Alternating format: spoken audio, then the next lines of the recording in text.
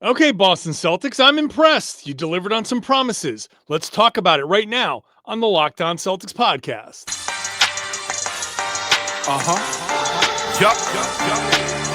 B-Town, be ever ready.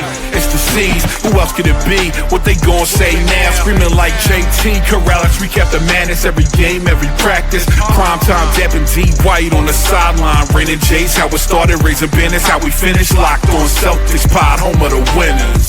Hey there, welcome back to the Locked On Celtics podcast, right here in the Locked On Podcast Network, where it is your team every day.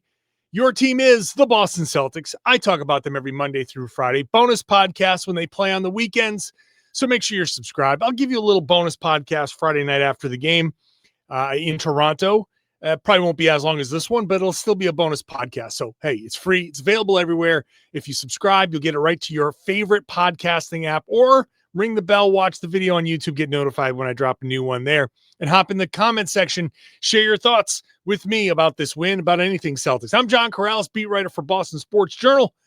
I've been doing a version of this job for about 20 years. I've written a couple books about the team, so I think I got my finger on the pulse.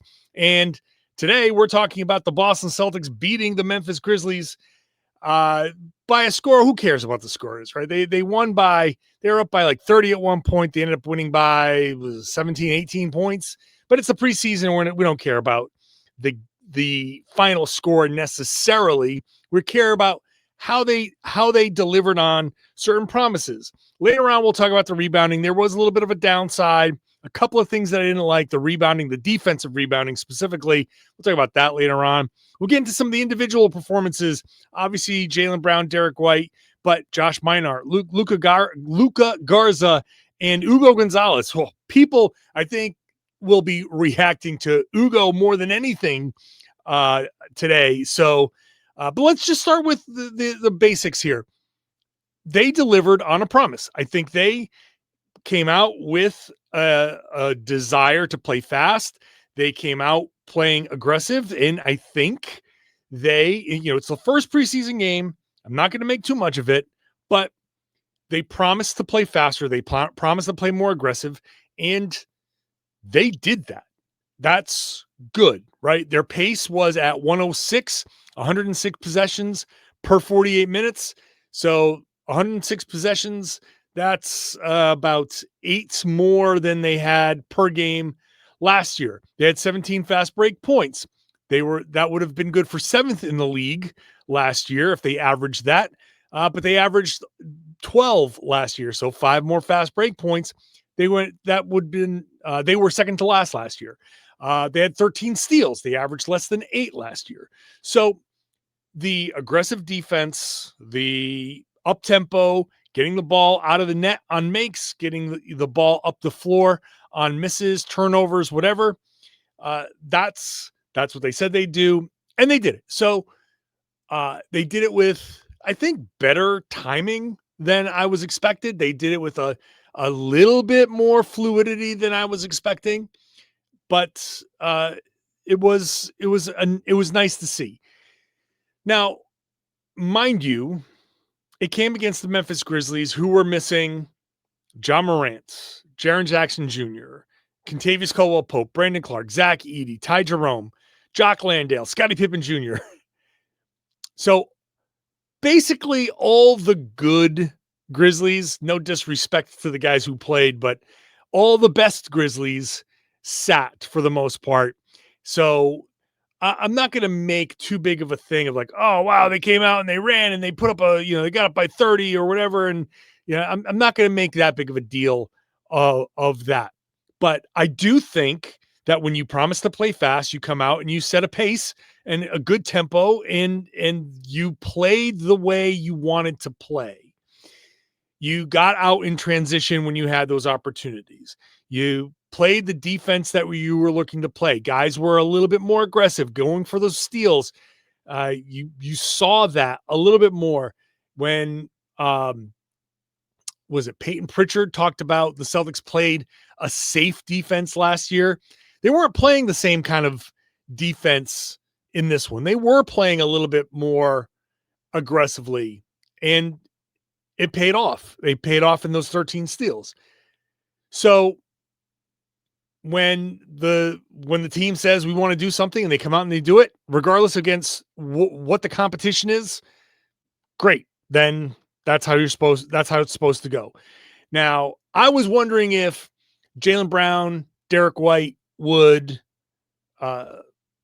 they kind of like run through the offense? Would they go through progressions, or would they just say, hey, look, we're going to run our offense, and whatever the shots get, whatever shots we get are the shots we get. And it was the latter. Jaylen wasn't giving up shots for the sake of, hey, let's run this offense to the other side. And I don't know what the Celtics intended to do in that regard. They also didn't have everybody. They decided not to play Pritchard or Anthony Simons or Nemish Queta. So we didn't get the full complement of Celtics. So we didn't get to see what Anthony Simons was going to be defensively. That's something we're going to have to see against Toronto. We didn't get to see pick setting up tempo Nemish Queta. It was a weird starting lineup, which Joe said, do not read into this. So, okay, we're not going to read into Jaylen Brown, Derrick White, Sam Hauser, Chris Boucher, and Xavier Tillman.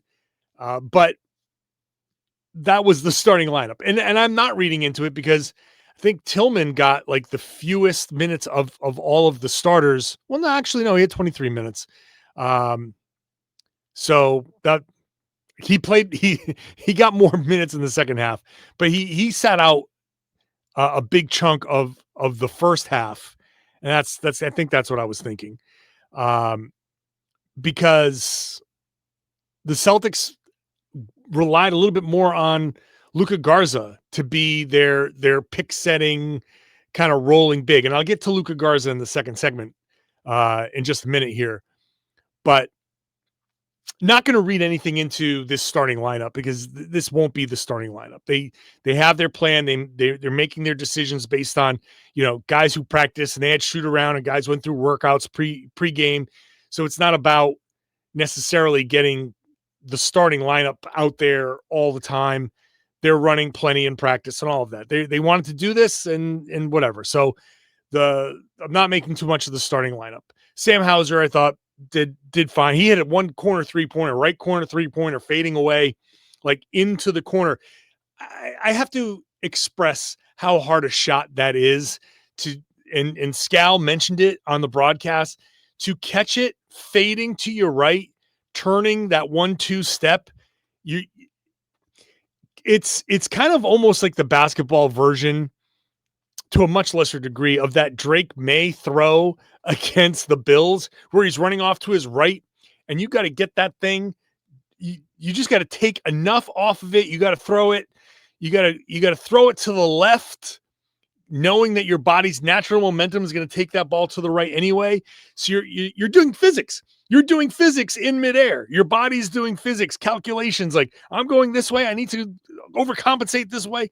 Anyway, that shot in the corner was it was spectacular. And if Sam Hauser's hitting those kinds of shots, okay, then that's going to be a different Sam Hauser.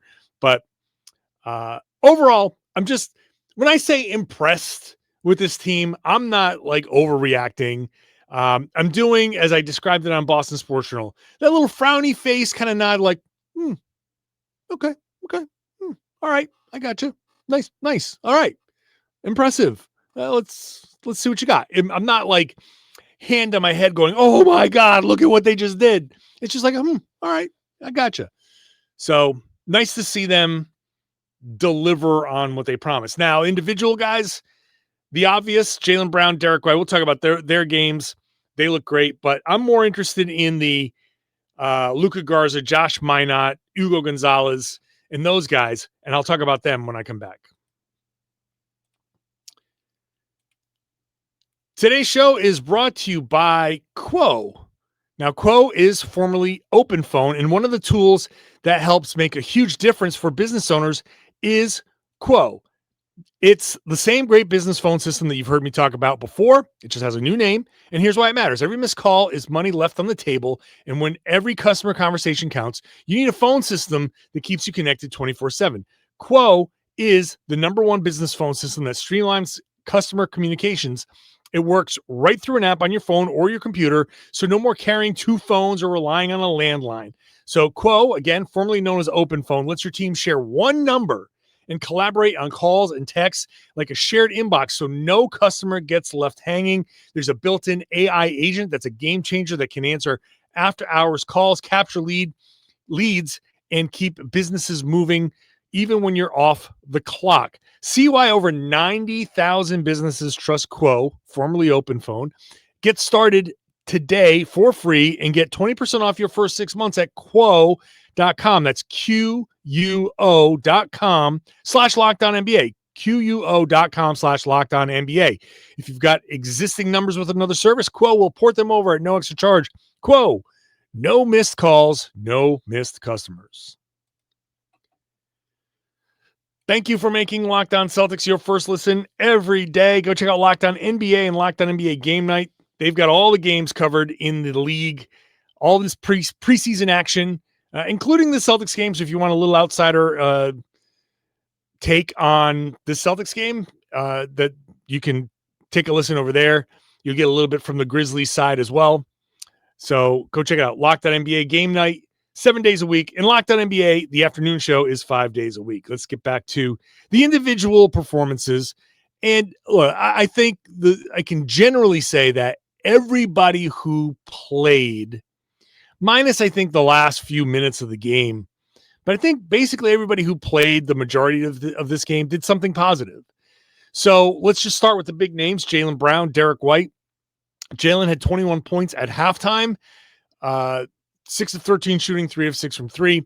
The most impressive thing from Jaylen for me was the 8 free throws that he took. 6 of 8 from the line. That's, if he's getting to the line 8 times or more per game, that's going to be a big season for Jaylen Brown. He's definitely going to have a big year if he can get to the line consistently. The aggressiveness is part of it. You can see him when he was pushing the ball, when he was pushing the tempo, pushing the pace. It does force the defense to make decisions, and he got fouled. He had that one play where I forget who it was that grabbed him, but he came back and just two-hand shove, and it was a double tech. First of all, I'm sure Joe Mazzulla loved the fire and the comeback there, but that was a foul as well. That was, Jaylen got fouled on that play. The guy was hanging on to Jaylen's hand the whole way. That's something that, like, I'm sure the refs in transition, this is going to be the tough part. Side note for the Celtics, plays like that are going to be tough to officiate because it's going to be tough for that back official to get back into position on the baseline to see that grabbing. And I think if you're a defender, it's pretty smart to kind of, if you see there's no ref on the baseline, then yeah, I'm going to grab, I'm going to hold you back. I'm going to try to do something that, surreptitiously hinders your progress there. And Jaylen, I'm fine with the reaction, but also understand that when you're pushing the pace the way you want to this year, and you get those steals, you get those kick aheads, and you need to be aware. You really do need to be aware where the refs are, and the play from a certain angle looks like an offensive foul, and the player kind of like throws himself back, and it looks like an offensive foul. And now I'm sure the league's officials are going to get together and review and be like, did you see that call? And all of that stuff. Now, I did learn over the summer that those reviews happen, and if refs consistently are missing calls like that, they do get kind of like demoted. There's the crew chief, there's the referee, and there's an umpire, and you have fewer and fewer responsibilities. If you get dropped down to umpire, you're like on your way out. And so just side note there, be aware, Jaylen Brown, because that type of play, I can even say that's a smart defensive play.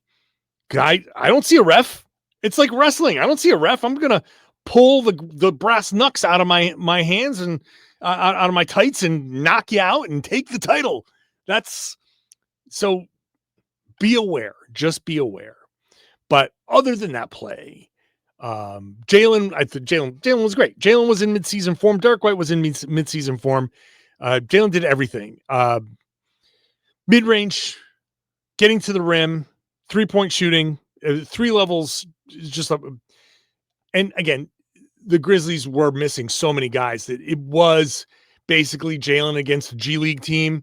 And if Jaylen isn't dropping 21 points at halftime on essentially a G League team, then it's a problem. So Jaylen did exactly what he was supposed to do. Derrick did exactly what he was supposed to do. He had a double-double, 16 points, 10 assists, a steal, a couple of blocks for Derrick White. Celtics blocked 10 shots in this game. They had 13 steals in this game. Defensively, really good. So a combined 37 points from Derrick and Jaylen. That awesome for them. Hauser had 9. Chris Boucher had 11. Boucher, a nice game. Did not shoot well. 1 of 6 from 3. Did get to the line. 4 or 5 from the line. Good energy. Some nice plays from Boucher. Interesting, kind of start for him. But so that's the starting lineup. I think most people are going to come away from this game. Their biggest takeaways are going to be Hugo Gonzalez, Josh Minott, Luka Garza. I think those are the 3 guys that we're looking at, the new guys who can maybe contribute beyond this year. Let's start with Luka Garza, who Scal was just gushing about the screen setting. And he was setting some really good screens. The timing was good. When to get there, when to get out, all the stuff Scal was talking about is really good stuff. And it's part of what I was asking Jaylen about when I talked about the timing. And when I did that whole first segment about timing a couple days ago, that's part of it. This is why it was impressive to me. Luka was there when he needed to be. Screens, rescreens, go from, just setting a screen on a pick and roll to setting a pin down to say just a different screens, a different amount of screens in each possession. That type of stuff was really good. And it wasn't just people were expecting pick and pops. He didn't do that. He didn't take a single 3-pointer. He rolled to the basket. He got fouled. He was 6 of 9 from the free throw line, a 10-point, 10 rebound, double-double. He had 4 offensive rebounds. He just did a lot of that dirty work. It's exactly the type of game that they need from him. And you can mix in the occasional 3-point shot. He's a capable 3-point shooter. So mixing that in is going to happen at some point, but he didn't force it. He just making the right reads and getting down, getting downhill and scoring, getting fouled, putting pressure on the defense. That's all great stuff. So really good game from Garza, surprisingly so. Minot, I'm glad that I wrote about Minot already because everybody's going to be writing about Minot in the next day or so. He was, he did not shoot well. The 3-point shot did not look good for Josh, but everything else looked great. 7 rebounds, 3 assists. He had 3 steals. Is that right? Yeah, 3 steals and a block. So he's known as like this stocks god, and he had 3 steals and a block. So 4 stocks for Minot. And I'm going to see what the final deflections number was, but had to be 5, 6, 7 deflections for him. He was getting in there, being disruptive. The offensive rebounds, he had that big putback. One of the 3 assists was to Xavier Tillman on an alley-oop. What? As I joked on Twitter, I did not have that on my bingo card, but it was a great play. Just if you watch that play again, you can see him trying to sell that he was going to go take that ball in and get the defender to just commit just enough. And in that situation, all you need is the defender to just turn just to get his center of gravity or his balance just a little bit off. And that you can't just, unless you're Giannis Antetokounmpo, you can't do that and then turn and block that alley-oop. Like nobody's getting that except for like Giannis and, maybe Rudy Gobert. Like that's it. So good job by Minot to sell and to get that lob up perfect. And then Tillman to go up and get it. That was incredible. So great work all around there. The big story, I think, would be Hugo Gonzalez. We'll talk about Hugo when we get back because he had a lot of energy, and then we'll get into some of the rebounding stuff, which was a problem. That's all coming up next. Today's show is brought to you by Prize Picks. Every day we make decisions, but on Prize Picks, being right can actually get you paid. Don't miss the excitement of this football season with Prize Picks, where it is good to be right. Playing Prize Picks is such a fun, simple way to add more excitement to football. You just pick more or less on player projections, like Josh Allen's passing yards or Saquon Barkley's rushing for a touchdown, or hey, let's throw Drake May in there. Touchdown passes. Come on, man. If you're gonna mention Josh Allen, we got to mention Drake May.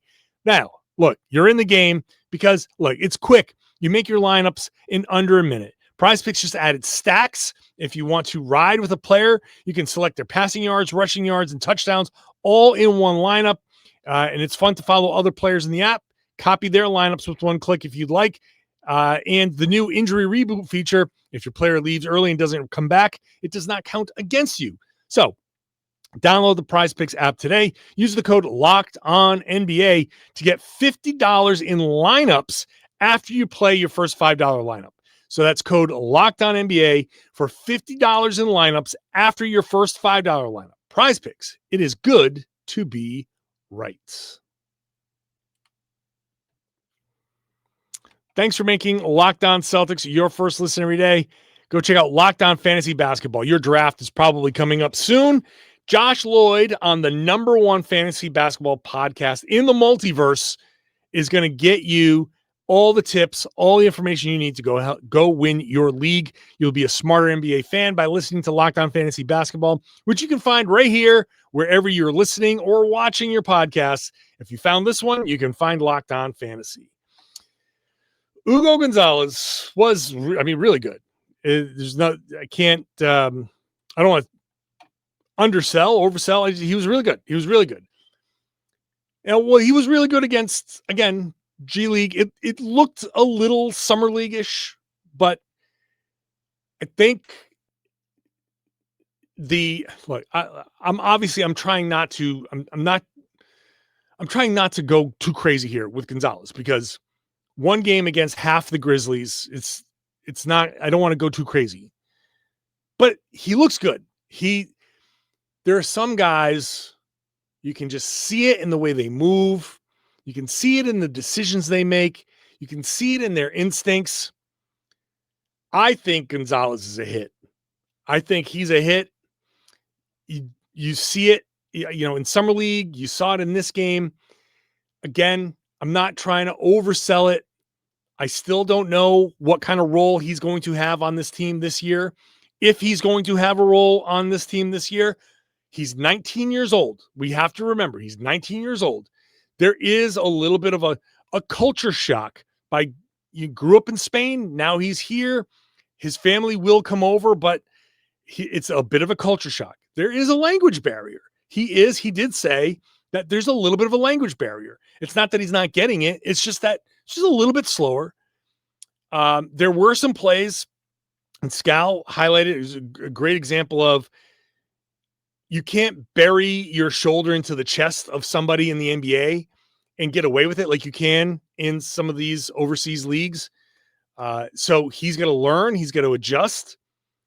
But I like the way he moves. I like the way he reads. I like the way he reacts. I love his competitiveness.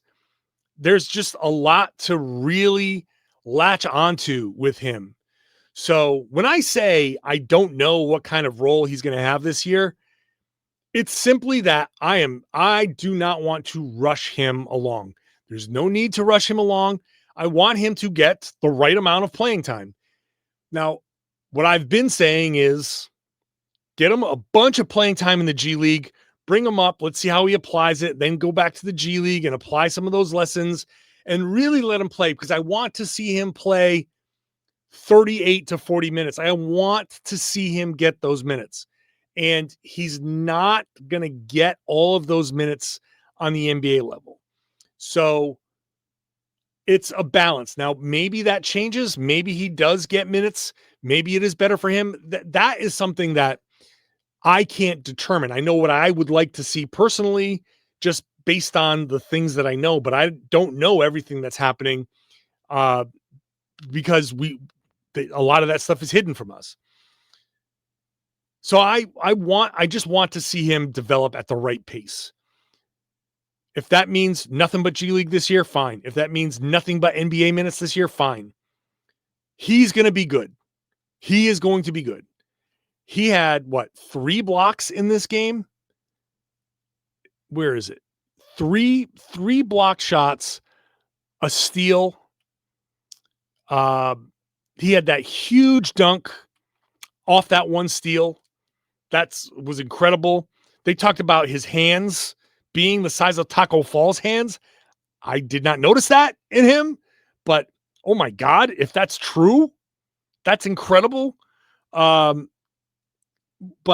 yeah, there's very good reason to be excited about Hugo Gonzalez. I'm very willing to declare him a hit already, just because I think he's going to develop into a really good player. Now, what does that mean? Does that mean he's going to be an all-star? Does that mean he's going to be a good role player? I don't know what the ceiling is. I'm not going to put a ceiling on him. I think he's going to be good. I think he's going to be a really good player. What else was there? I talked about Minot, Jordan Walsh. I really was hoping to see more from him, but he left with the left adductor tightness, his groin tightness. So we'll see if he's going to play against the Toronto Raptors, but it looked like he was starting to show a couple things. He had, we had that one dunk on a cut.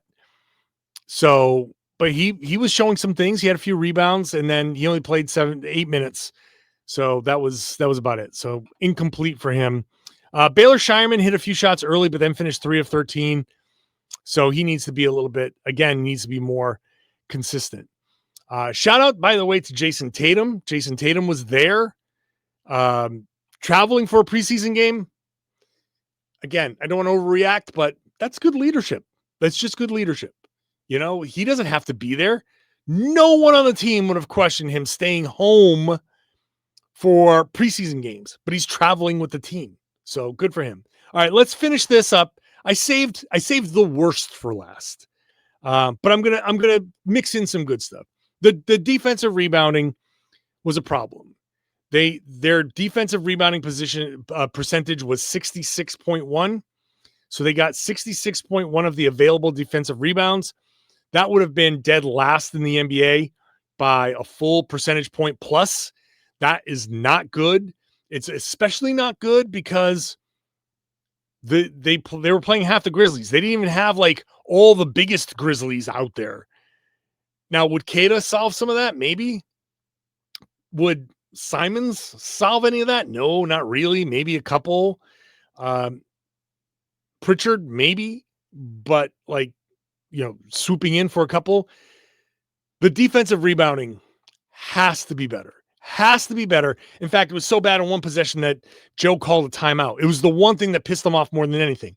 Now, after the game, he was like, no, we got to, kill this narrative because defensive rebounding is always important. So we got to kill this narrative, which is him trying to deflect and be like, look, look at all this other stuff. Look at how good Josh was. Look how good Hugo was. The defensive rebounding, yes, it is always important. It always is an issue. You have to be a good rebounding team all the time. So there's nothing special about this year having, the importance. But what Joe is willfully ignoring, maybe he's being a little obtuse about it, but you don't have the rebounders this year. So you have to gang rebound. You have to have more rebounding. Like Jaylen had one defensive rebound. Now, Jaylen needs to rebound. So as good as everything was, like Jaylen needs to get in there. Sam Hauser played 18 minutes, had one defensive rebound. What we need to see is like whoever the bigs are. So it was Tillman and Boucher, and then it was Garza. Those aren't going to be the only rebounders. Yeah, Garza had 6 defensive rebounds, 10 rebounds overall. Tillman had 3. Boucher had 3. But those guys are going to have to box out, and you're going to need Jaylen and Sam and Derrick. Now, Derrick had 3, so that's good. Jaylen needs to get 3 or 4 a game. Sam needs to get 2, 3, 4 a game. The wings have to get in there and rebound. That's just how it's going to have to go because the bigs aren't going to be able to do it themselves. You need to defensive rebound. Now, the offensive rebounding was good. So let's end on that note. The offensive rebounding was really good. They had 17 offensive rebounds. So and this is a product of them playing a decimated bad Grizzlies team.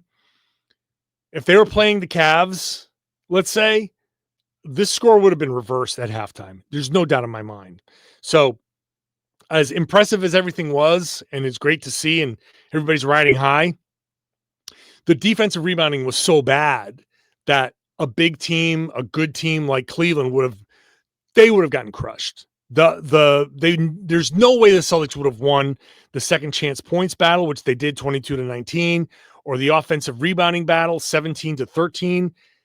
It's great that they went in there and got 17. And you got guys like Minot keeping possessions alive, and lots of guys getting in there, tipping the ball, grabbing the rebound, tipping it out, getting extra possessions. That was all great. Offensive rebounding is a big focus for these guys. So seeing them do that was really good. But it's got to translate on the defensive end. You got to get in there. And because that pace of 106 could have been 110. Could have been, better. They could have gotten more shots up. And you're going to need that against the better teams. So something to work on. But overall, happy with this, happy with how it went, happy with how it looked.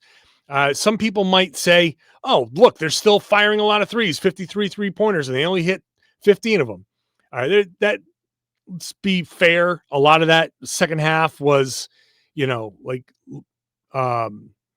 had like Josh Minott was 0 for 5. He's not going to get out there and shoot that many in a regular season game.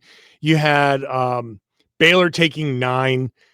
He was firing. That's, but more than anything, I wasn't concerned about any of the 3-pointers that they took, especially in the first half. Like when the regular Celtics were playing, I thought the pace and the shot selection and all that stuff was perfect.